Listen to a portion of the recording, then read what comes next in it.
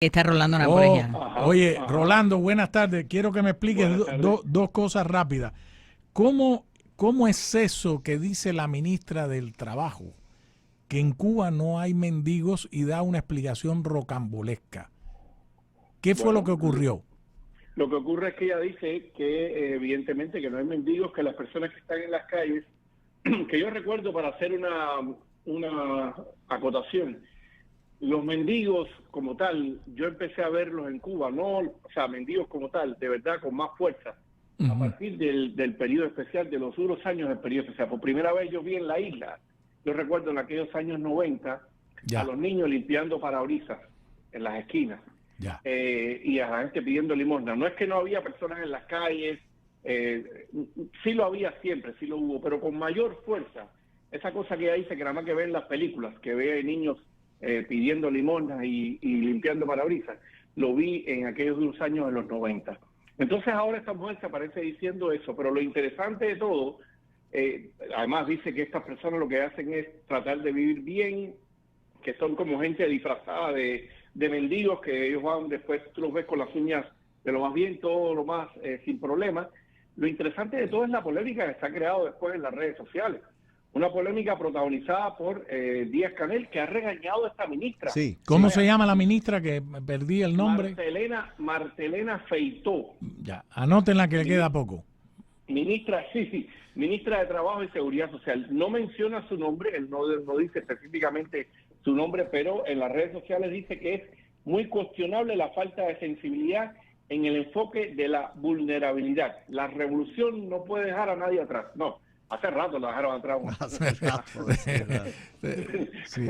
Pues yo recuerdo, Nápoles, Andrés y yo nos fuimos un poco antes que tú. Yo recuerdo mendigos en la calle, sí, coincido completamente contigo. Yo recuerdo que allí en la esquina del Cine Pairé, en La Habana Vieja, donde vivíamos Andrés y yo, en ese barrio, yo recuerdo la figura del Caballero de París. Bueno, eso, el Caballero de París, exacto, por ejemplo. Pero eso que tú has dicho, que en los años 90 ya había gente, niños limpiando parabrisas, yo no lo llegué a ver. En la época nuestra había la Marquesa, todo. La Marquesa. Tanto es así que yo recuerdo, antes de yo irme de Cuba, 2 fechas en que recogieron a los mendigos.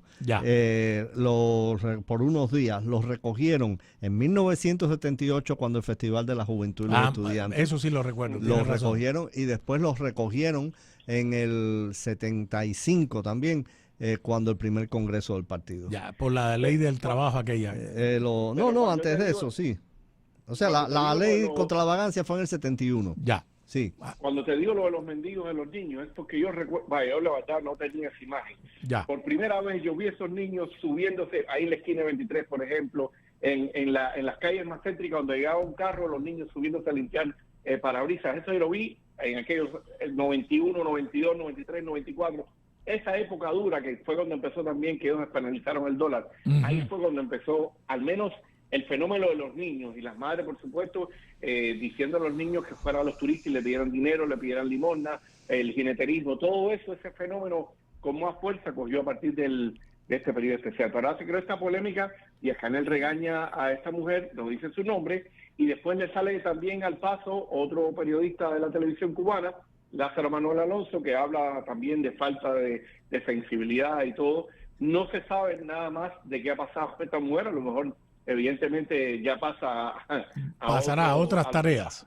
A otras tareas revolucionarias, pero se ha creado esa polémica. Mucha gente dice que evidentemente lo que está haciendo Díaz-Canel es tratando de limpiar la imagen del régimen, porque no han podido acabar con esos mendigos. Entonces, vamos a limpiarnos nosotros, vamos a criticar a esta mujer, que es curiosa, porque ella menciona en ese discurso que hay un acuerdo del Comité Ejecutivo donde está hablando de este tema. Entonces, evidentemente, el partido está hablando de los mendigos, que no son mendigos, entonces no se puede hacer el extraño en ese sentido. Y eso es lo que está formando ahora en las redes sociales, más, por supuesto, la gente le ha dicho que se tiene que bajar del carro, que vea la realidad de Cuba, en un país donde el 89% de la población vive en la extrema pobreza. Bueno, y el otro que la partió, que la sacó fuera del otro ministro, es el ministro de Energía y Minas, Vicente de la O. Levy, que dijo que las tarifas eléctricas de Cuba no estimulan el ahorro. O sea, en un lugar donde no hay demanda, donde no hay oferta de electricidad, dice que las tarifas no estimulan el ahorro. Bueno, me están diciendo por acá que el hijo de la ministra vive en Miami y que vino por parol y está esperando su residencia. Oh, hay muy que averiguar. posible. Rolando Nápoles. Es muy posible. Por supuesto, y por ahí hay fotos del hijo de la ministra con ella en Cuba, o sea, eso... Que tú sabes que con el apagón, el otro día estaba leyendo, con los apagones ellos están en una trampa muy grande, porque normalmente cuando hay un servicio estable de electricidad, no todo el mundo prende a la misma hora la hornilla, ni todo el mundo prende a la misma hora el televisor o lo que sea. Entonces, pero cuando hay un apagón, sobre todo si el apagón es de muchas horas, todo el mundo lo prende todo a la vez y de nuevo se vuelve a ir el sistema, que es una porquería, se vuelve a ir al piso. Se va 3 y 4 veces al día, Claro. se le va a las personas. Por eso es que las plantas esas se funden como si fueran fusibles. No, y porque el sistema eléctrico nacional cubano es un desastre. Nápoles hizo un reportaje no hace mucho, hace varios meses, sobre el tema del estado del sistema eléctrico nacional cubano, porque es incapaz de generar energía. ¿Algo más que tengas en el tintero? No, Bueno, dime, Nápoles. Lo último que te iba a decir es que este mismo hombre, este mismo ministro, le dijo a los cubanos en esa intervención que, bueno, no es que sí, o sea, haciendo un programa, pero no es que sí iban a acabar los apagones, porque mañana se rompió una termoeléctrica, o sea, que no hay luz para los apagones en Cuba. ¿Cómo es? Va. Andrés, ahí, para la poesía. Sí. No, es una frase... Sí, bueno, no, es que es tremendo. Mira, aquí él está diciendo... Fiat Luz no hay para los apagones. Dice, mira los logros, mira lo que él considera un logro. Dice, en junio se reportaron más de 20 horas de apagón como promedio. Pero iniciamos julio con 18. O sea, un avance. 18 horas de apagón nada más. Ellos prometieron en el verano que iba a reducir los apagones. Y todavía no ha pasado. No ha pasado. Creo que ayer fueron 1.800 de déficit de megawatts, lo hablamos. O sea, eso no va a suceder porque no tienen capacidad de respuesta y el pueblo es el que sigue metiendo a más personas a la calle como mendigos por la pobreza. Claro. Nápoles, el último tema que te tengo, tú recuerdas porque estabas aquí y estábamos cubriendo el caso aquel de Adermis Wilson González, el hombre que secuestró un avión Antonov ruso de Isla de Pino, fue a La Habana, en La Habana se quedó en el aeropuerto José Martí porque no tenía combustible para llegar a los Estados Unidos, hubo una negociación que intervino el propio Fidel Castro y el entonces jefe de la sección de intereses de Estados Unidos en La Habana, James Kayson, Jim, y finalmente lo dotaron de combustible, bajaron creo que 20 y tantas personas, llegó aquí a Cayo Hueso, fue arrestado y cumplió una sentencia de 20 años. El hombre se hizo, creo que se graduó aquí, no recuerdo, de alguna ingeniería y después salió, está enfermo y ahora fue arrestado en Houston creo y podría enfrentar un proceso de deportación. ¿Qué sabes de este caso? Exactamente es eso, o sea, evidentemente es esos casos que son increíbles lo que está pasando en el tema migratorio, que son a veces inexplicables, que me imagino que se vayan por esa letrica pequeña, de que sí, claro, pequeña, que se saltaste un avión, no es lo mismo un avión americano que un avión del régimen cubano. Entonces, es lo que está pasando. O sea, desgraciadamente, este hombre tiene un proceso de deportación que incluso se dice que podría ser trasladado hacia México. Él tiene 56 años y me parece que en un momento determinado es otra noticia. Pero está enfermo, Nápoles, ¿no? Está enfermo. Está enfermo también, exactamente. Está, entonces, y eso fue en 2003, o sea, casi más de 20 años después, y este hombre ahora le van a hacer eso. A mí me parece, el otro día estaba hablando también yo creo que hay cosas y cosas. El otro día estaba hablando se graduó de ingeniero civil, perdóname, lo tenía en el tintero, se graduó de ingeniero civil por la Universidad de Pensilvania. Continúa, Napo, continúa. No, que el otro día estaba hablando con el abogado Santiago del Pizar y estaba hablando de un caso de un muchacho, creo que un hondureño, si mal no recuerdo, que cuando niño su familia perdió un asilo político, él siguió aquí, se hizo un hombre de bien, con familia, de todo, etcétera, nunca tuvo ningún tipo de problema y de pronto ahora delante de su familia lo deportan. Entonces a mí me parece que yo creo que hay ahí algún tipo de distorsión, no sé exactamente, yo creo que... De acuerdo, estamos de acuerdo. Prometió una limpieza del tema migratorio, pero a mí me parece que hay casos y cosas de casa, como decía aquel programa, donde me parece que deberían tener cierta diferenciación en este sentido. Este hombre ahora lo deportan para México, con, no sé, un hombre que se escapó de Cuba también, que fue un hombre que de alguna manera se fue de ese país, como de pronto ahora lo van a...